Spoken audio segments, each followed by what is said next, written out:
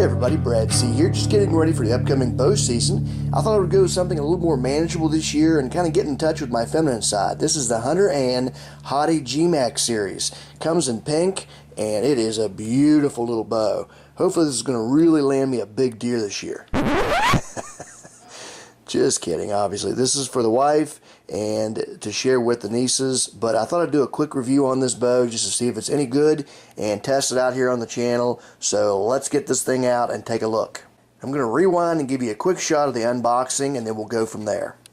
Now the price on this was right. You can see here it's marked down to $17.99. I believe it was in like a $15 bargain bin. This bow is normally about 40 bucks, and I'll put a link down there in the description to where you can find this normally. I just happened to find this on a clearance. It says Bullseye Adventure Gear, the original Hunter Ann Hottie Gmax compound bow set. So not exactly the most manliest bow that I'll have in my collection. Again, it's going to be my wife's, so it'll be her bow, and it's hopefully going to be fun to shoot even for me. So let's get it out and take a look. Okay, right to left, this does not come with any kind of a real nice manual, just some basic safety instructions. And here we have the bow itself. We'll take a closer look at that. Here we have 2 arrows. Now, I really wish they would have included 3 with this, but it is what it is. We'll take a look and see how easy it is to get more arrows. Now here we have an arm guard, and unfortunately the arm guard is already broken right out of the package, so that's unfortunate, and I didn't do that. So no big deal though. This is not an arm guard that I would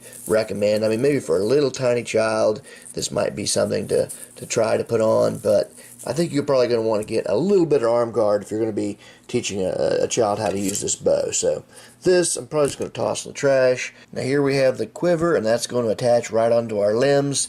And here is the bolts and the Allen wrench to put this on with. Now if you happen to buy this bow to teach your kid how to shoot, I'm going to show you just a few of the basics. Here you have what's called the nock. This is called the shaft of the arrow. Here is the point. And here we have our fletchings.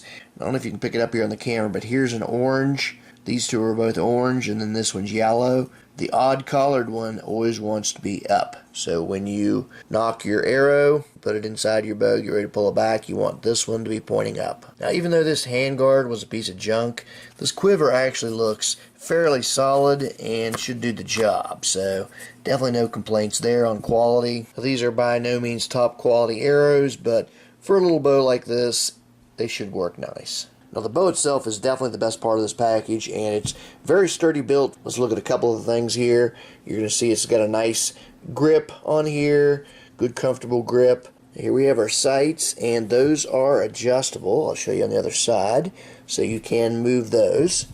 It's got a rest that is pretty simple design. You know, you slip your bow down through there, and it's going to rest right there. Now the limbs are fiberglass, and they seem to be pretty sturdy built. Here you see your limb bolts, and this is actually an area where you can adjust the drawstring. You're going to use your Allen wrench that comes with this. You're going to turn it counterclockwise. Make sure you read your instructions on exactly how to do that. But bottom line, this is going to come at the heaviest draw weight possible, which is 20 pounds, and then you can loosen it down to 15 pounds. Makes sense. You'd come with the strongest draw weight possible, and then if that's too much for you, then just lower it down some. Of course, you want to make sure you do that evenly. Of course, you have your stabilizing rod here. We've got some finger grips that are going to make this thing easy to grip. So, and you can see here those adjust. You can slide them over, and those are going to kind of save your fingers or your kid's fingers when you pull back the bowstring. Now the draw length on this is 18 inches, and the draw weight, as I said, is adjustable between 15 and 20 pounds. They recommend this for ages 8 and up on the package, but that will obviously be something you need to make sure that your child is at the appropriate age to use this. Okay, that's pretty much all I can do from a tabletop perspective, but just wanted to give you a good shot of it and just a quick inspection. Now I'm going to take it out and let the wife and the nieces have a go at this, and I'll of course first take it out myself and test it. So let's get to it. Just want to show you where your quiver is going to attach. Of course, the top is going to attach right here.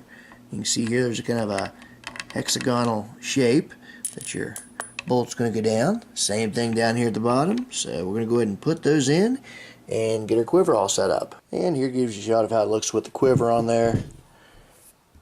Obviously, again, it only comes with 2, so Be nice if it came with 3 or even 4, but it is what it is. We'll see if we can find some extra arrows for this. It's kind of a little disappointing that it's Hunter Dan on the Quiver when this is clearly Hunter Ann, but I realize this is made by Hunter Dan, but you'd think they'd give Ann a little bit of respect on this pink bow and give her name on the Quiver, but oh well.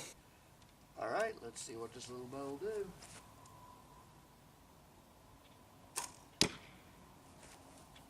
And not bad, we hit the target. See if we can get lucky again.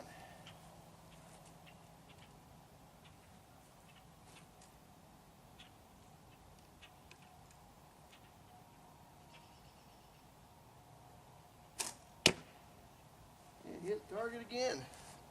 Not bad. Let's take a look and see how we did.